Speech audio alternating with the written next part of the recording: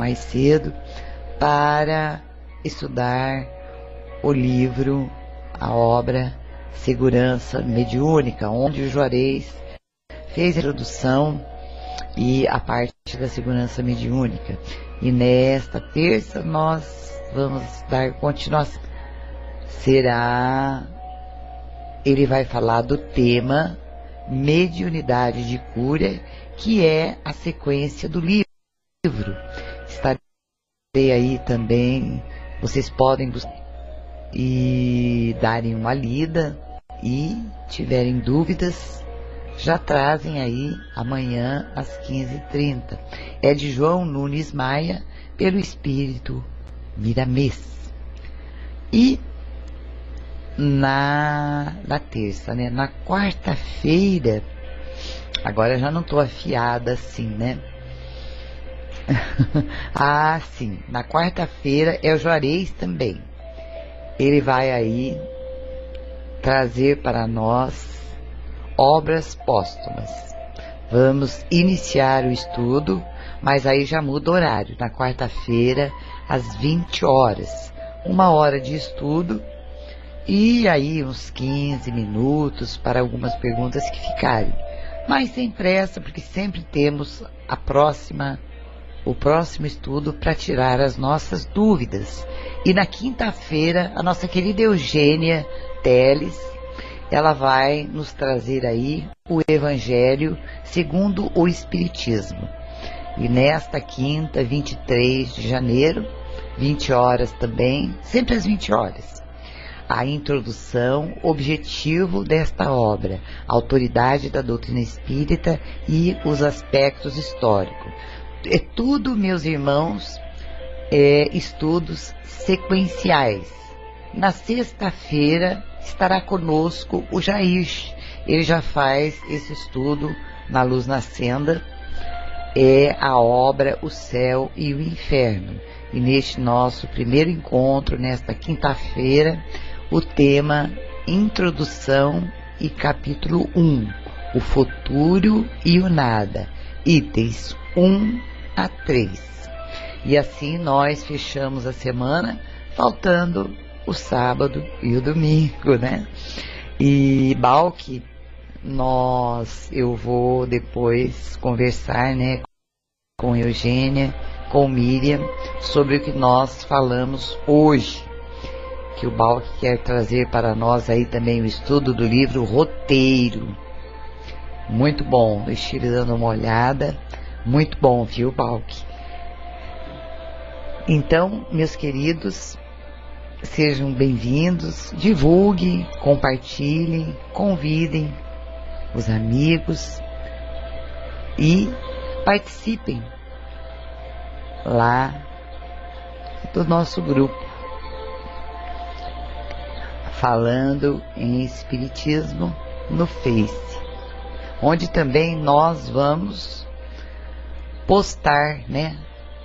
É nossa intenção postar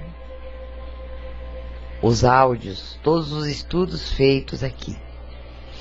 Bom, e assim nós, com muita alegria,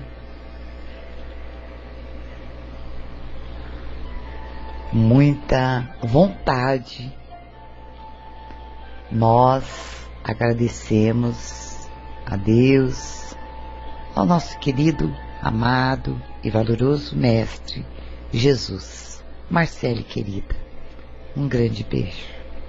Não deu tempo de eu falar com você ainda. E também nossa companheira, que sempre está aqui para nos amparar, nos guiar e nos direcionar. E ao mentor da nossa querida sala, Falando em Espiritismo, André Luiz.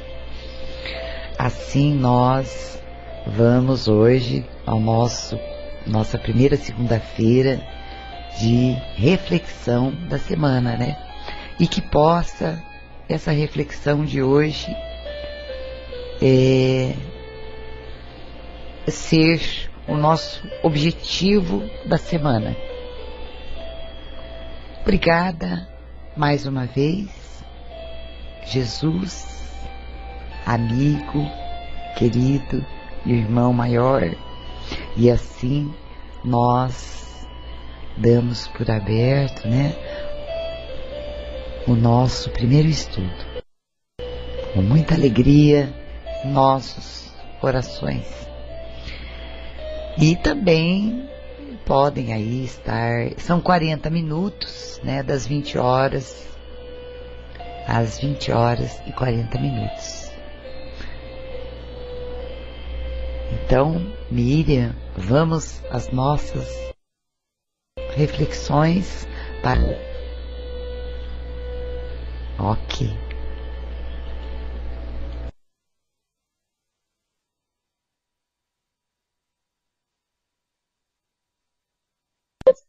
Boa noite, meus amigos, sejam bem-vindos. Vamos a mais um estudo. Como é bom, né, ter sempre essa opção. Deus nos cerca de todos os lados, né? Não tem como a gente fugir da oportunidade de refletir sobre a nossa vida. Como a Charri bem disse, ao longo do dia a gente vivencia tantas experiências e chegamos nesse momento, uma oportunidade também de refletir. A intenção é que a gente reflita, né? Esse livro fala exatamente do nosso dia a dia, da nossa rotina terrena, para que a gente possa refletir, trazer um pouquinho desse texto para a nossa realidade, ok? Exatamente, né, Fernanda? A gente não é à toa que a gente tem aí sempre esses momentos especiais, porque Deus manda para a gente as bênçãos incessantes, né? Então vamos lá. Eu vou falar um pouquinho do livro, só para a gente... O livro Pensamento e Vida, ele é ditado pelo Espírito Emmanuel, né? Psicografado por Francisco Cândido Xavier, e possui 30 capítulos. Então, cada semana a gente vai falar um pouquinho, né, sobre cada capítulo. Hoje a gente vai falar sobre o primeiro, que se chama O Espelho da Vida. E Emmanuel vem fazendo uma introdução. Esse livro foi escrito em 1958, né? Mas 11 de fevereiro de 1858, em Pedro Leopoldo, né? Quando o Chico estava em Pedro Leopoldo.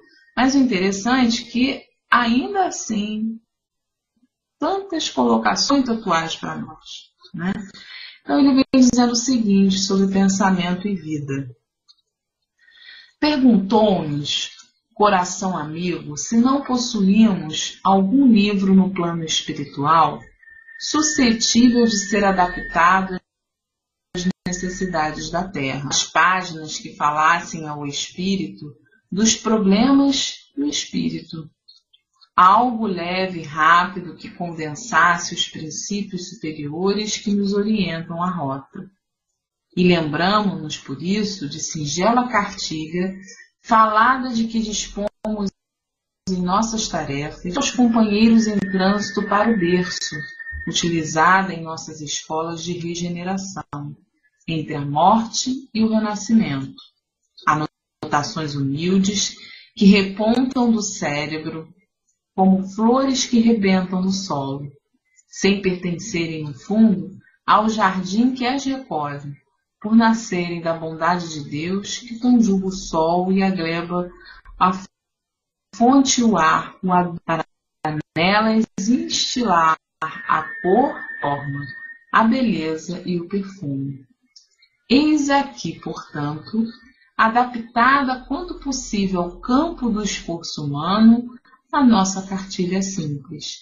Pensamento e vida, chamamo-lhes um mundo espiritual, e sob a mesma designação, oferecemo-la aos nossos irmãos de luta, temporariamente internados na esfera física, para informá-los ainda uma vez de que o nosso pensamento cria a vida que procuramos, através do reflexo de nós mesmos, até que nos identifiquemos um dia, no curso dos milênios, com a sabedoria infinita e com o infinito amor que constitui o pensamento e a vida de nosso Pai. Então, essa obra, como diz Emmanuel, ela na verdade, né, ela é como se fosse uma cópia para nós de uma obra, né, que é estudada no plano espiritual por aqueles espíritos que estão se preparando nesse trânsito. Nós, né, estamos aí nesse trânsito, ainda na necessidade da reencarnação. Então, nós achamos que chegamos lá e ficamos lá só passeando, né, só curtindo. Não, nós estudamos, seguimos a nossa trajetória, as nossas reflexões, né, assim como agora estamos acompanhados de espíritos irmãos, né, desencarnados, que vêm aqui também estudar conosco. Bom, bem-vindo a quem chegou. Adeus, ao Theo, Vanderlei, meu amigo, que eu não vejo há muito tempo. Sejam bem-vindos.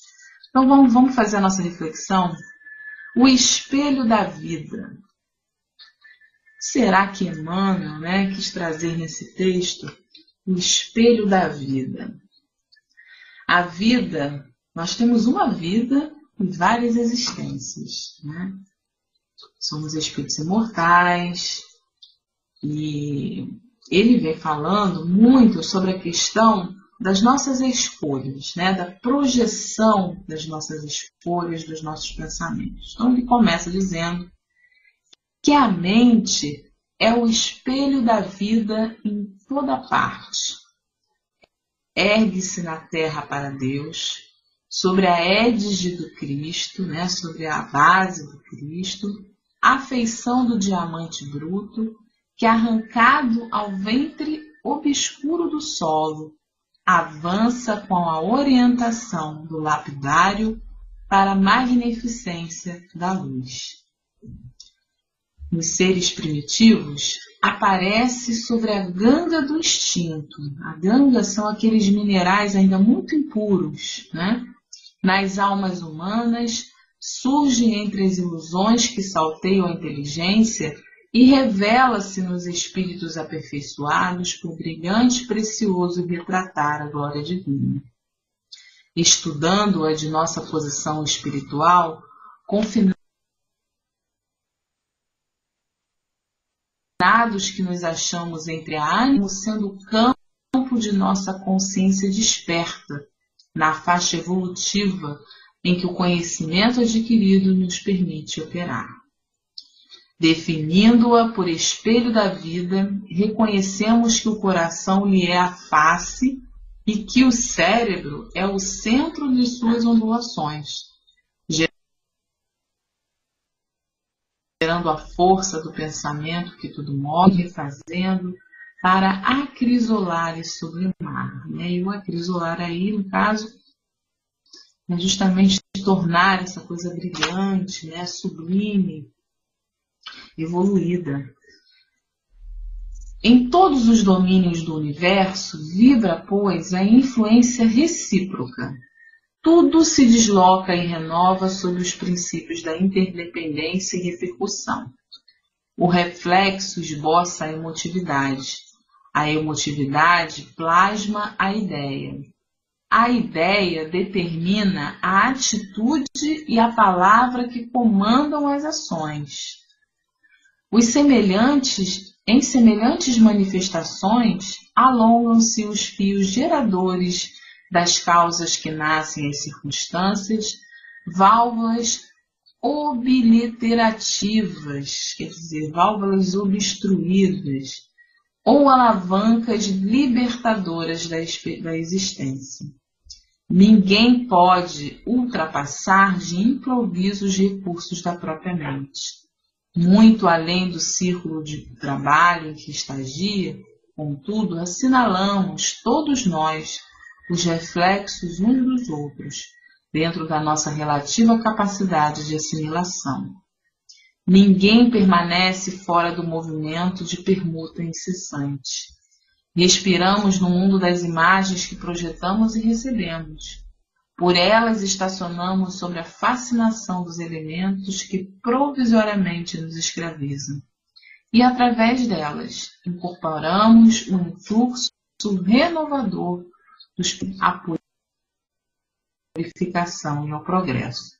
O reflexo mora no alicerce da vida.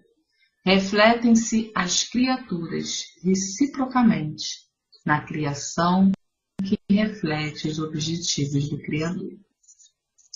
Bem-vindo a Saltrix. O que seria a mente, pessoal? O que é a mente, né? Emmanuel fala muito dessa mente, a mente que vai guiando todas as nossas ações. A mente, logo coloca a mente, usina permanente de trabalho e ação. Será que a mente, ela é o reflexo ali, é simplesmente o cérebro material que decide por nós as coisas que nós queremos, que nós fazemos? É a mente a responsável, muitas vezes, pelas coisas boas, decisões boas que nós tomamos? E a ausência do uso da mente é responsável pelas coisas ruins que nós fazemos? Quer dizer, se a gente não está muito bem, o cérebro está meio cansado, está pifando, parafuso a menos, nós já estamos em desvantagem. Aí a eternidade coloca, a mente é um órgão do espírito, né? E o órgão no sentido da essência do espírito, né? Porque esse órgão material, que é o cérebro, ele apenas processa as informações, né?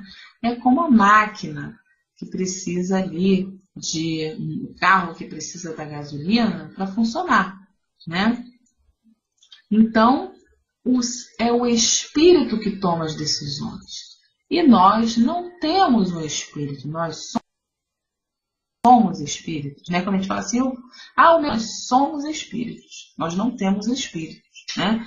Então, o espírito é aquele quem decide, quem reflete, quem esboça, quem se emociona. Não é o coração músculo que emociona, né?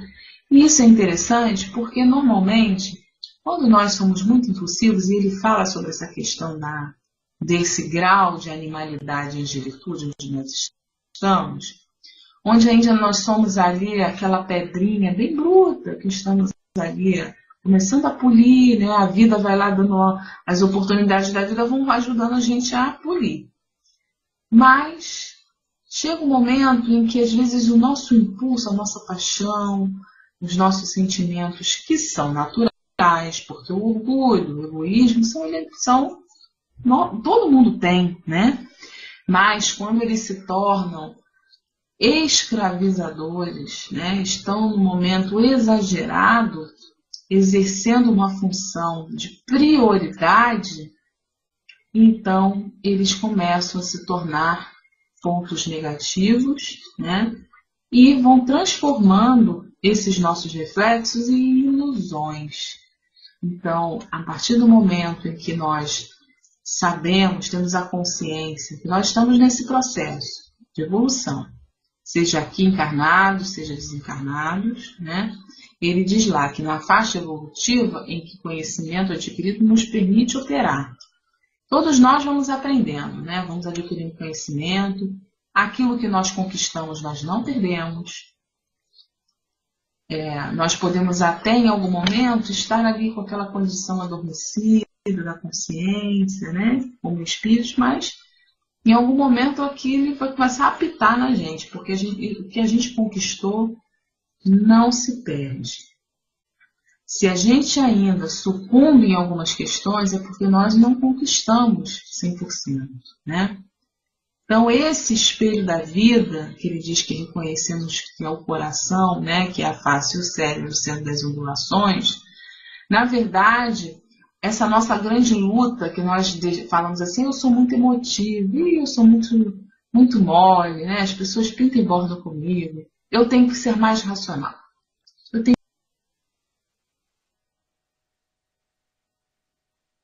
que usar o meu cérebro, né? Eu tenho que ser uma pessoa... E aí vem a doutrina espírita e esclarece para nós que não existe, né, exatamente uma representação em cada um onde o cérebro e o coração e a emoção, né, são coisas distintas. Ambos, pensamento e emoção vem do espírito.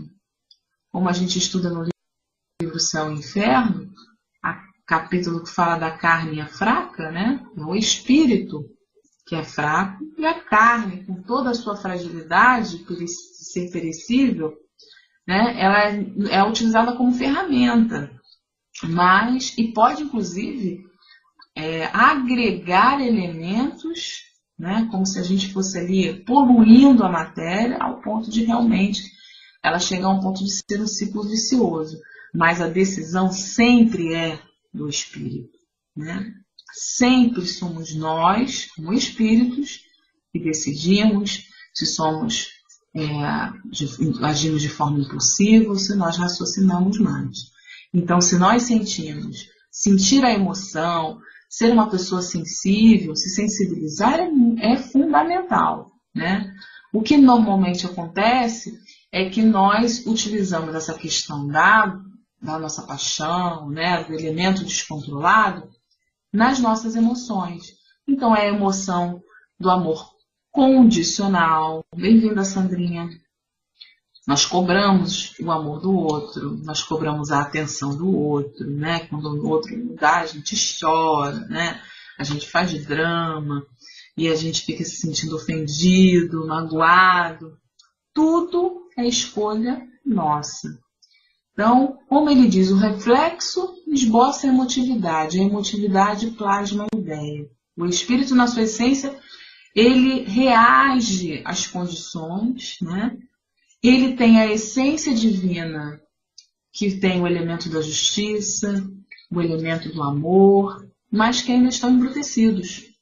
Estão ainda mal informados, né? Ainda estão meio obscuros. E nós, normalmente, interpretamos de forma errada. Porque como a gente tem a visão muito envolvida ainda por essas limitações, a gente plasma essa ideia, né, de que nós não somos amados, de que nós somos preteridos, de nos comparando às outras pessoas, de que nós somos burros, de que nós somos impotentes, né?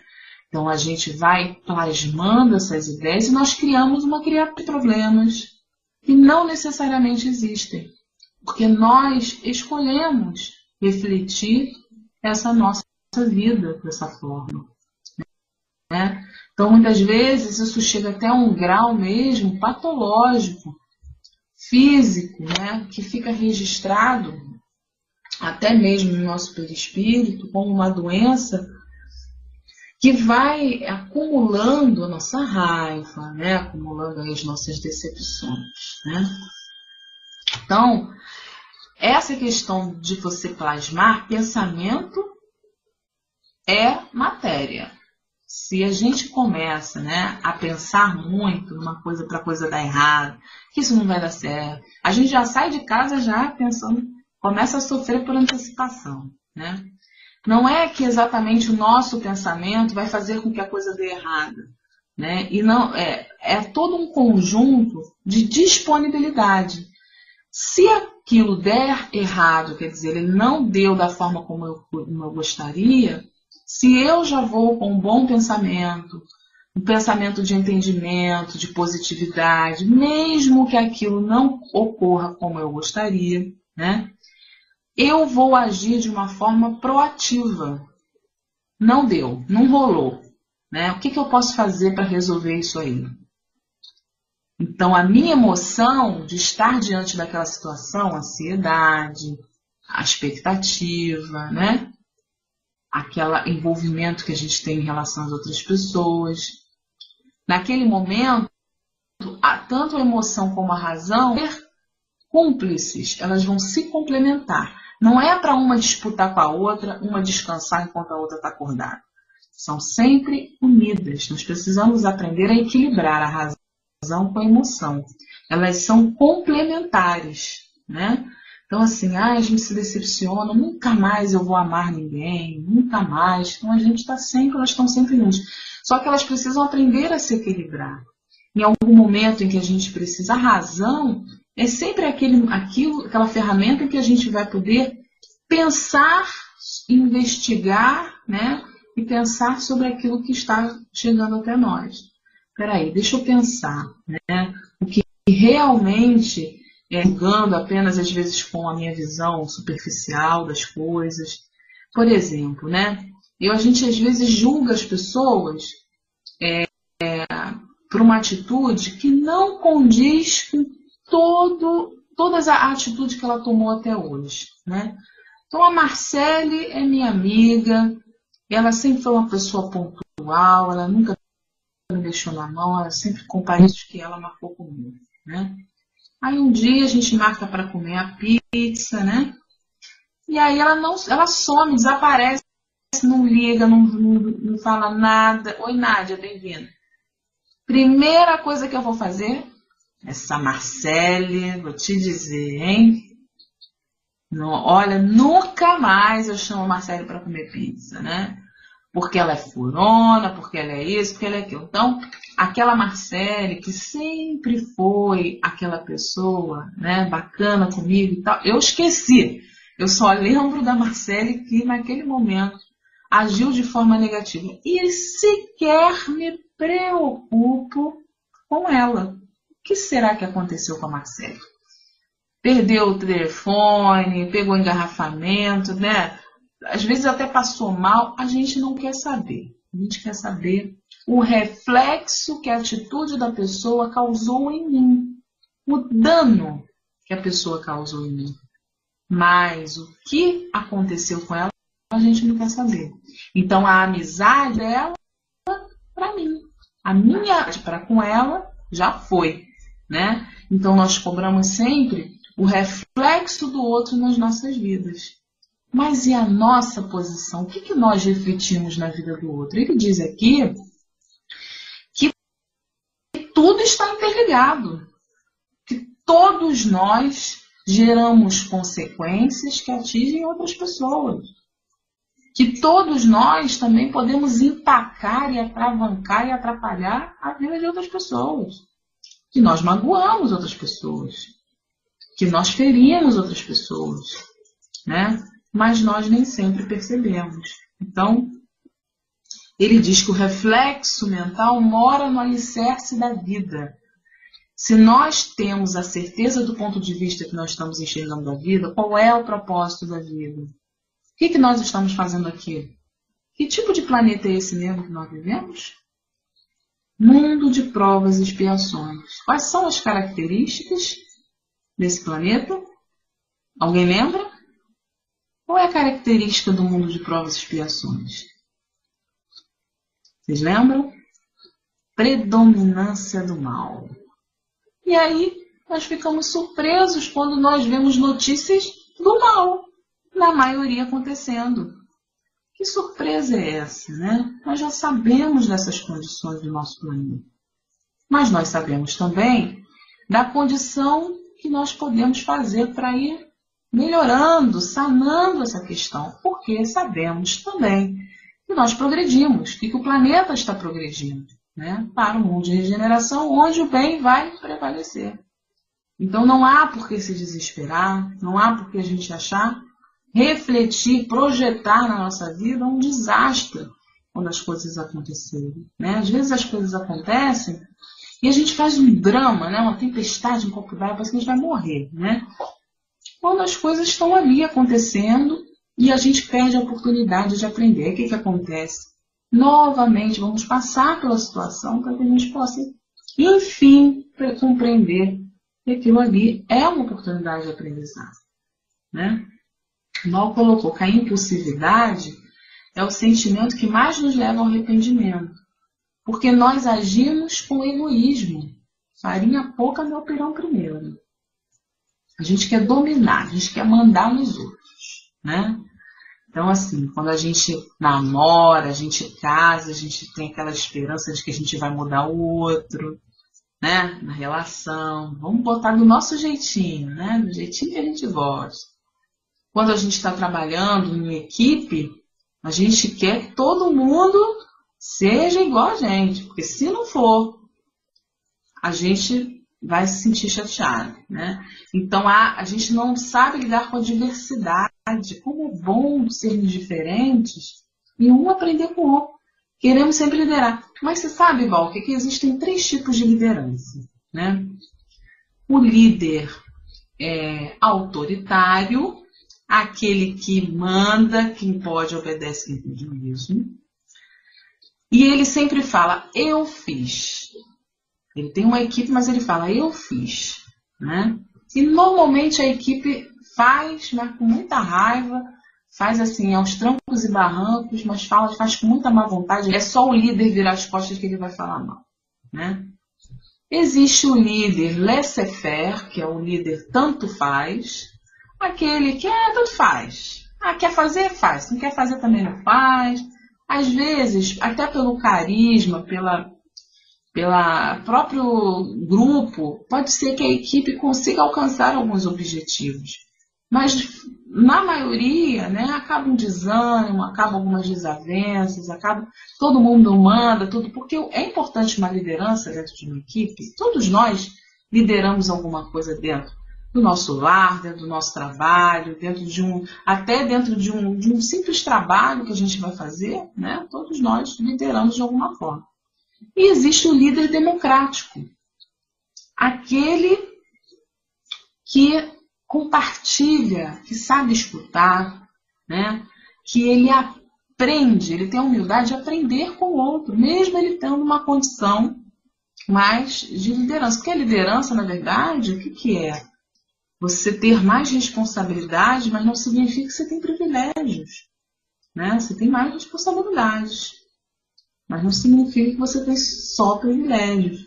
Então, o líder democrático, ele diz, nós fazemos, nós somos, né?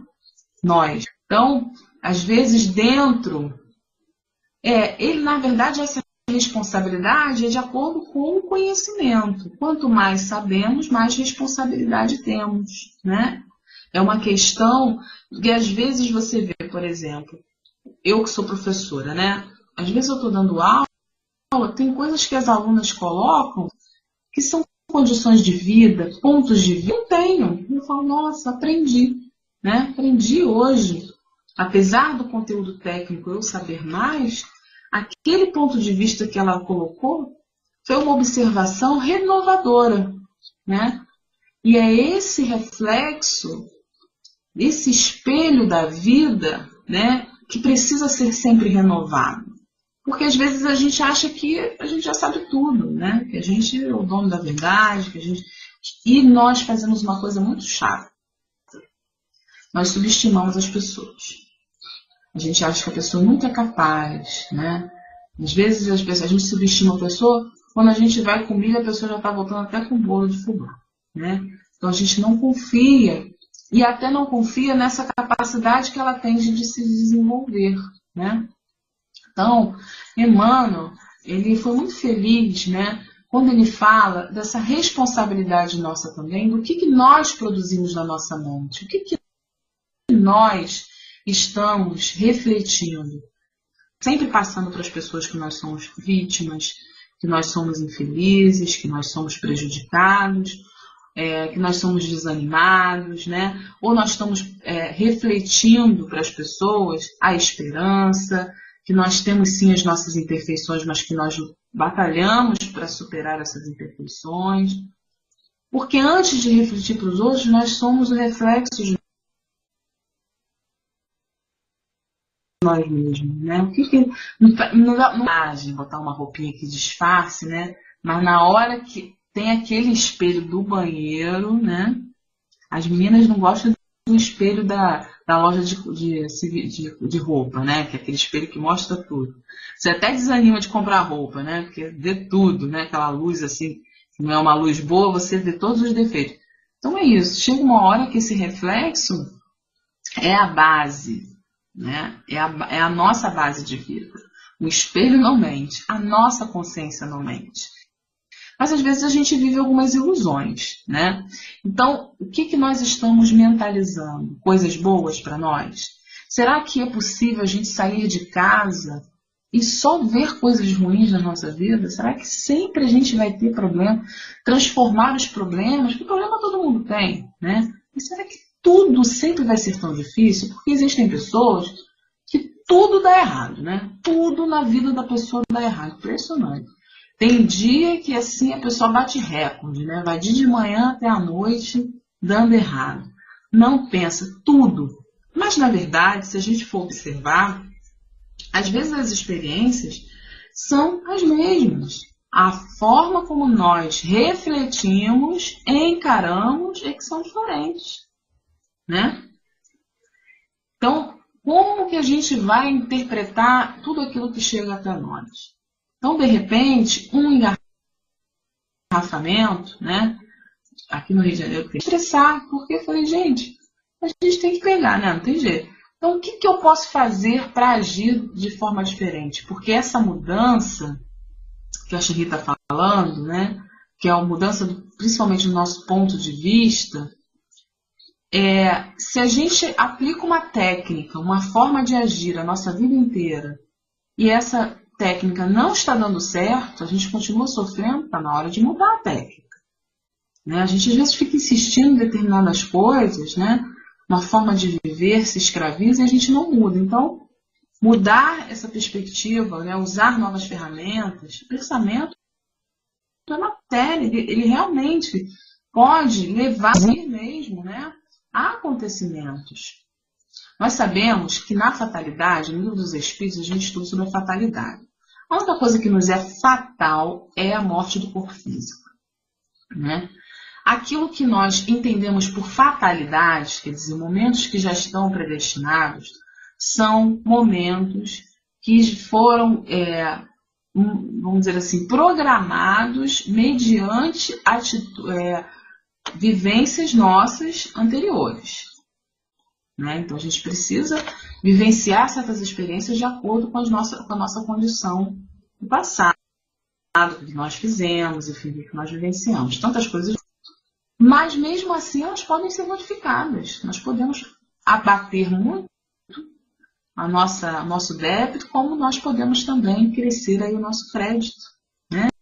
Então, nós podemos modificar. Não existe isso, olha isso, ponto final, não, né? Nós podemos sim fazer as modificações. Então, às vezes um grande problema, né, a gente pode diminuir, amenizar, dependendo da forma como a gente vai encarar. A gente pode pedir ajuda, a gente pode querer realmente fazer essa mudança, né? Agora, é uma energia, porque, veja bem, os espíritos desencarnados se comunicam conosco através do pensamento, né? Eles, inclusive, fazem a manipulação dos fluidos e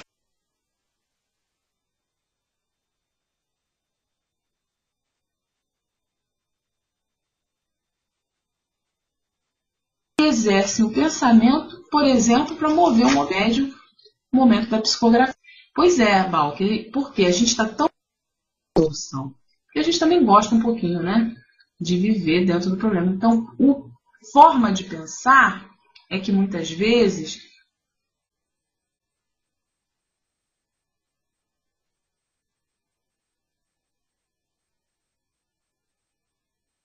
né, como o Emmanuel está dizendo, é ele o alicerce da nossa vida.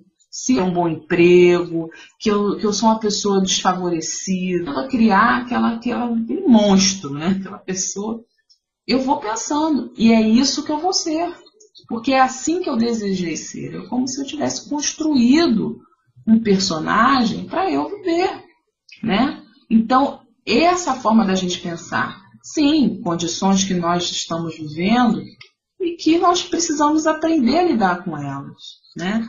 Porque a criança, quando ela não tem o boneco lá para brincar, né?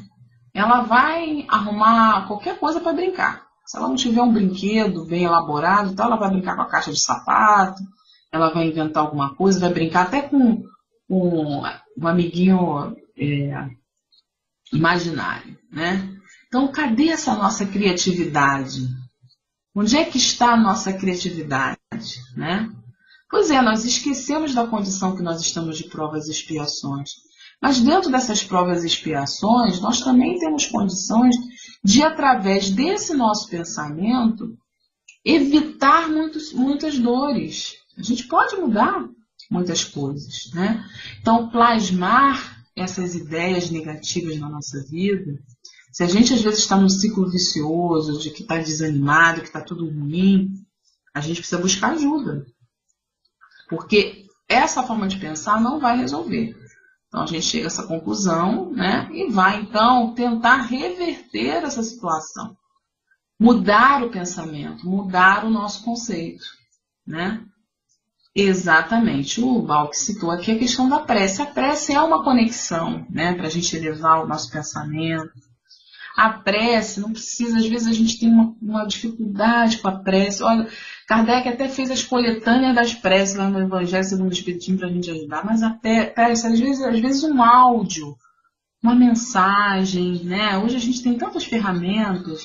Eu tenho dificuldade de me concentrar para a prece. Escuta uma música, escuta uma mensagem.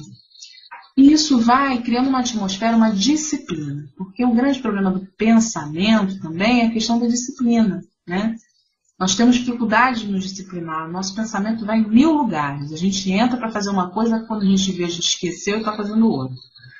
Porque a gente perde o foco, o objetivo. E assim é a nossa vida. Nós viemos, reencarnamos para fazer algumas coisas e saímos do foco. Porque nos distraímos com várias coisas, né? Nos distraímos, inclusive, com os problemas da vida. Nos distraímos com o que o outro está fazendo conosco. Quantas pessoas passam 30, 40, 50 anos da sua vida empacadas, magoadas com alguém que os abandonou, com alguém que fez mal, com alguém que, né? Então ficam ali alimentando, determinando que a culpa é daquela pessoa, né? Mas a escolha é sempre nossa. Então, a responsabilidade por esse tipo de pensamento. Então, se nesse momento eu estou passando por alguma dificuldade, né, em relação à vida, amor à vida, qual é o objetivo da minha vida, não tenho sentido para a minha vida, qual é o espelho da minha vida hoje, né? É a grande pergunta. O que eu estou refletindo? Vamos anotar, vamos lá anotar. O que eu estou vendo nesse espelho? Vamos ser honestos, né? Eu estou vendo uma pessoa que se empenha. Às vezes a gente reclama que os outros não... É da solidão, né? Eu sou uma pessoa muito sozinha, muito solitária. E nós também não vamos em contra as pessoas. A gente tem, às vezes, certa resistência, né? Porque a gente vai encontrar com as pessoas às vezes fazem perguntas inconvenientes. Às vezes as pessoas querem saber coisas, né? A gente não quer se socializar, porque se socializar às vezes significa a gente se abrir, a gente não quer se abrir para as pessoas. Porque tem gente que é xereta mesmo, né, xereta? Tem gente que gosta de saber da vida dos outros mais do que pertence. Então, a gente prefere se isolar. Mas já dizia, né, a frase célebre que diz que só é solitário quem não é solidário. Aquele que é solidário, está sempre indo de encontro às pessoas, nunca vai se sentir solitário. A solidão, gente, no sentido de derrotismo, ela não foi feita para nós. Primeiro porque a gente está cercado de pessoas visíveis e invisíveis, né? Então não tem como a gente ser assim, né? Ficar totalmente solitário. E aqueles momentos que nós precisamos ficar sozinhos para a gente se conhecer, né? É para a gente se aturar mesmo. Então, se a gente não consegue ficar 5 minutos sozinho, assim, algum momento sozinho com a gente, como é que a gente vai querer que o outro fique? Né? Porque nós somos muito chatos, então nem a gente se aguenta, como é que o outro vai se aguentar? Se nós sofremos terrivelmente de solidão, é porque nem nós nos aguentamos. E aí é crueldade exigir que o outro também consiga conviver com a gente de uma forma saudável. Mas é bom ter o nosso espaço, as nossas coisas, nosso tempo, né? A nossa busca. Isso é normal, é natural, né? Exatamente, a gente não tem que fugir de nós mesmos. E quando a gente está sozinho, a gente acaba tendo que, muitas vezes, né, estar de frente para o espelho real, aquele espelho da vida, né? Porque quando nós estamos aqui, a gente representa. Nós nos arrumamos, né, para as pessoas. Principalmente as mulheres se arrumam para as outras mulheres, né? Bota a melhor roupa, penteia o cabelo, faz aquilo tudo, faz aquela personagem para sermos amados. Então, esse espelho que eu estou refletindo não é necessariamente a minha essência, não é que você não vai ser vaidosa, né, de se cuidar. Mas, normalmente, a gente quer se arrumar para que o outro nos ame, para que o outro olhe e fale assim, pô, fulana tá bonita, né? A gente tem essa necessidade.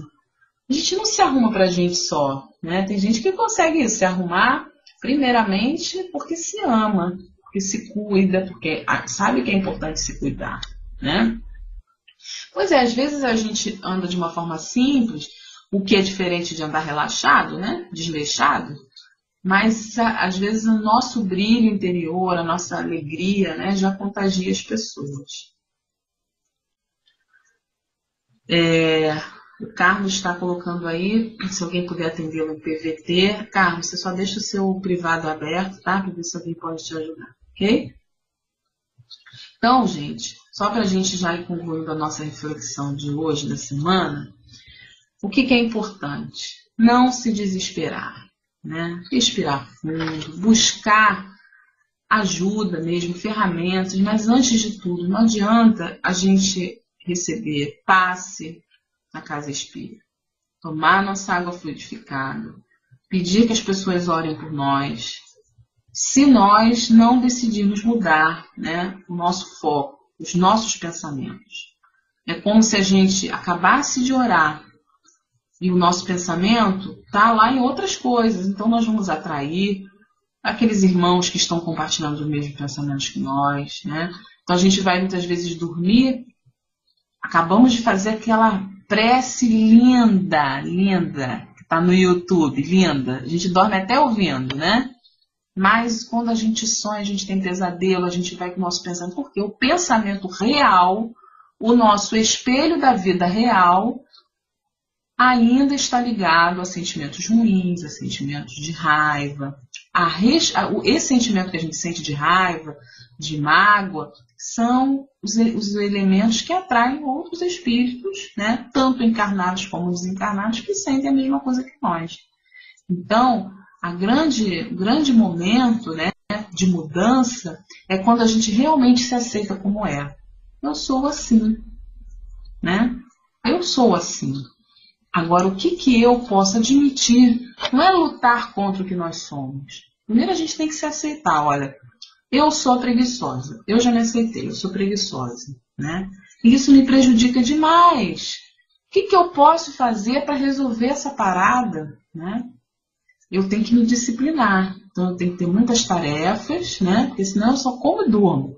Tenho que ter muitas tarefas, me organizar, ter compromissos, né? E cumprir e viver cada compromisso com prazer e com amor, para que aquilo não seja uma obrigação, mas que aquilo naturalmente seja uma coisa que vá realmente contribuir, né, para o nosso aprendizado. E aí, deixa eu ver só que vocês colocaram aqui. A gente tem que se aceitar como somos. A gente tem que se aceitar como nós somos, né, mas ir modificando nossos pensamentos. É o ponto de vista que Jesus sempre falou. Não esqueçamos que nós somos espíritos imortais, né? E a gente não pode mais pensar como espíritos, como os materialistas, como se morreu, acabou. Nós temos muito a aprender e já aprendemos muito. A Fabíola coloca. Mas só que depende do mal que a pessoa lhe fez. Mas o mal que a pessoa lhe fez foi a pessoa que fez, não fomos nós. É responsabilidade da pessoa. O que nós fazemos com o que ela nos fez é que é responsabilidade nossa. Não tem a lei de causa e efeito? Então, o mal que ela fez, lei de causa e efeito. Agora, o que nós sentimos, a mágoa, o rancor, também é causa e efeito para nós, né? Então, são coisas distintas. Existe mais o magoado do que aquele que magoa. Estar magoado é escolha nossa sempre. É o nosso espelho, foi o reflexo que nós escolhemos. O outro age e nós refletimos mágoa e não compreensão e perdão. Né? Então, essa é a grande mensagem, como diz aqui, ele finaliza, né? Reflexo mental mora no alicerce da vida. Refletem-se as criaturas reciprocamente na criação que reflete os objetivos do Criador. Então, Nós é que muitas vezes somos responsáveis, na maioria das vezes, do que nós sentimos, mas a gente insiste em culpar o outro, né? O outro fez? Fez. Mas o que nós estamos fazendo, refletindo no nosso espelho em relação a isso? Isso muda tudo.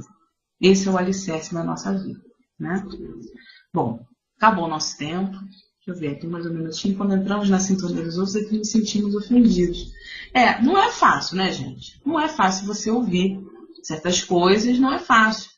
Mas tudo é uma compreensão. Porque nós também, às vezes, falamos coisas para as pessoas que magoam as pessoas. E a gente também não se dá conta disso, né? Mas a gente tem que pensar o seguinte: isso vai agregar alguma coisa para mim? Me sentir magoada vai ajudar em alguma coisa? Vai fazer com que eu cresça? Vai me fazer feliz? Não. Não. É mudar de sintonia, mudar de pensamento. É refletir outras coisas que não sejam só esses sentimentos ruins. Tá bom? Obrigada pela participação aí na reflexão. Foi muito bom, né? Nossa estreia. E eu vou liberar então para a Xanri, agradecendo a participação de vocês e a presença. Ok? Liberando, Xanri.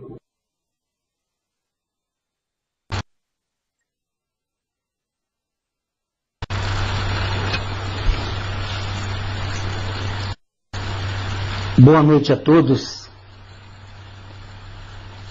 Miriam, com a autorização da Xanri, eu pulei a mãozinha dela, viu? Boa noite a todos, um abraço a todos. É um prazer muito grande estar novamente com vocês aqui na sala, falando em Espiritismo, a convite da Eugênia, da Xanri, da Miriam.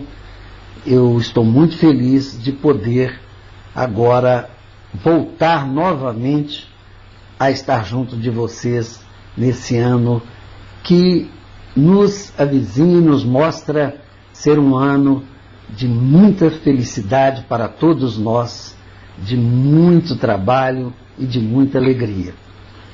E a Xanri me pediu que eu fizesse a prece final, e é o que eu convido a todos que neste momento, através das nossas mentes, nós possamos neste momento trazê-las todas unidas no propósito de falarmos com aquele que nos ensinou o caminho da verdade, o caminho da vida.